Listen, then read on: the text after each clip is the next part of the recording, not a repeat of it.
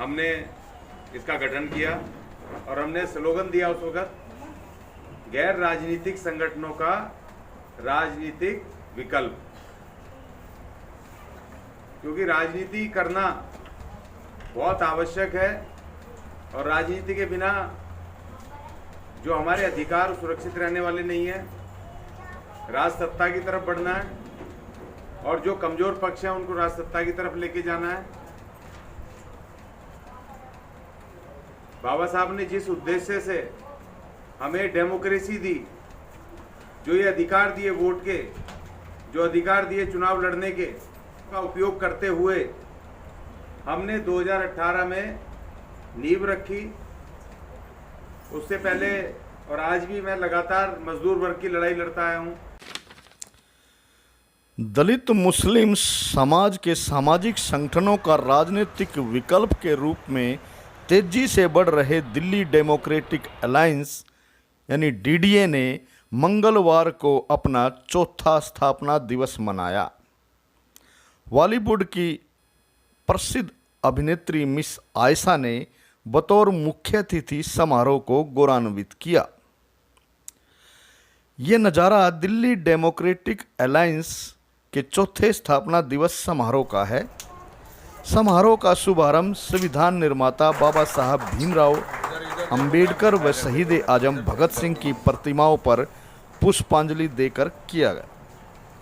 DDA के सभी नेताओं एवं कार्यकर्ताओं ने बारी बारी बाबा साहब भीमराव अंबेडकर व शहीद आजम की प्रतिमाओं पर पुष्पांजलि अर्पित की। डीडीए के अध्यक्ष अशोक अज्ञानी ने जहां दिल्ली सरकार के बजट पर सवाल खड़े किए, वहीं अपनी पार्टी का विजन रखते हुए अगले साल होने वाले दिल्ली नगर निगम के चुनाव लड़ने का ऐलान ही नहीं किया, बल्कि तीनों निगमों में सफाई कर्मचारियों को मेयर बनाने की घोषणा भी कर डाली। देखिए, बजट बिल्कुल ही अनुसूचित जातियों के विरुद्ध है। इस बजट में महिलाओं के विरुद्ध है।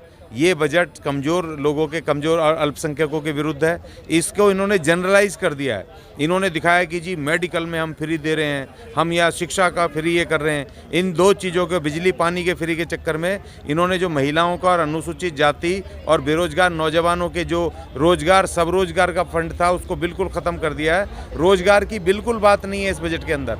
और जो सफाई कर्मचारी और अनुसूचित जातियों को उन समाज की मुख्यधारा से जोड़ने के लिए जो पॉलिसी प्रोग्राम बजट में आने चाहिए, बड़ा बजट होना चाहिए, उसको अधिकार को बिल्कुल इन्होंने ख़त्म करके मार दिया है। ये गुमराह करने वाला और छल कपट से भरा हुआ बजट है। इसका मैंने पूरा विस्तार से बताया था आपको कि भाई किस तरह से इसमें खराब चीज़ें हैं। आज का जो निर्णय क्या रहेगा, फैसला क्या रहेगा? हाँ, निर्णय ये रहेगा कि आज हम तमाम लोगों ने यहाँ पर अपनी ये स्थापना दिवस को मनाया है और आज घोषणा होगी कि भाई हम 2022 का जो दिल्ली नगर निगम फतेह मिशन, दिल्ली नगर निगम फतेह 2022 को यहाँ से लेकर के जाएंगे और उसकी तैयारी में हम कल से जुट जाएंगे। ये फैसला हम यहाँ से लेकर के। क्या तैयारियाँ क्या है? हर वार्ड तक आपका संगठन है? हाँ बिल्कुल, दिल्ली के अंदर तो तकरीबन हमारे 15 संगठन काम कर रहे हैं दिल्ली के अंदर, जिसमें भीम सैनिक दल है, भीम नारी शक्ति है, भीम सफाई कर्मचारी दल है और हमारा दिल्ली डेमोक्रेटिक अलायंस खुद है। हमारी 2 ट्रेड यूनियनें काम कर रही हैं, हमारे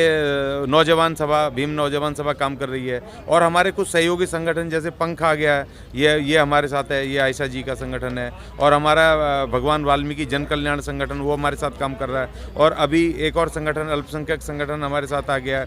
तो इस तरह से हमारे साथ सहयोगी संगठन और हमारे संगठन जन संगठन लगा के हम पूरे दिल्ली के अंदर वार्ड वार्ड में कोने कोने में हैं। अब हमने खाली जा करके अपने सितंबर तक हम अपने कैंडिडेट्स को हम घोषणा कर देंगे और हम 2022 की तैयारी में हम लगे हुए हैं और आज हम इस संकल्प के साथ जाएंगे कि 2022 में दिल्ली की तीनों नगर निगमों में 3 सफाई कर्मचारी मेयर हम बनाएंगे। डीडीए के चौथे स्थापना दिवस समारोह की अध्यक्षता भीम नारी शक्ति की अध्यक्षा शशि राज व संगठन के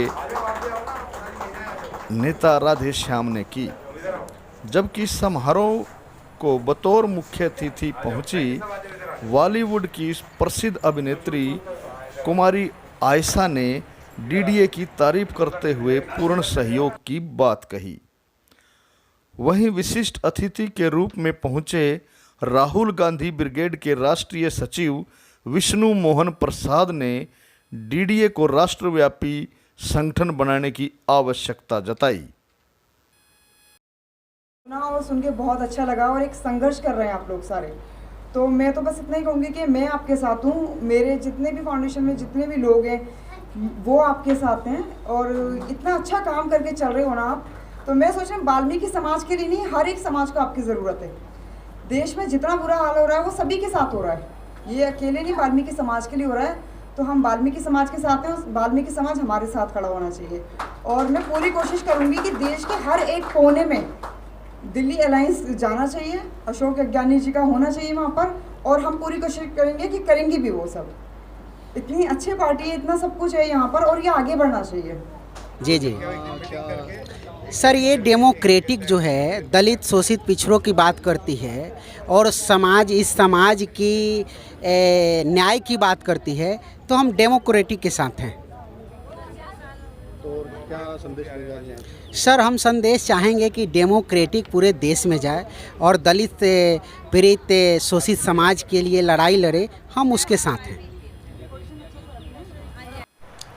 दलित पिछड़ों का राजनीतिक संगठन डीडीए इससे पहले भी दिल्ली में लोकसभा व विधानसभा का चुनाव लड़ चुका है, जिसे कोई विशेष सफलता अभी तक नहीं मिली।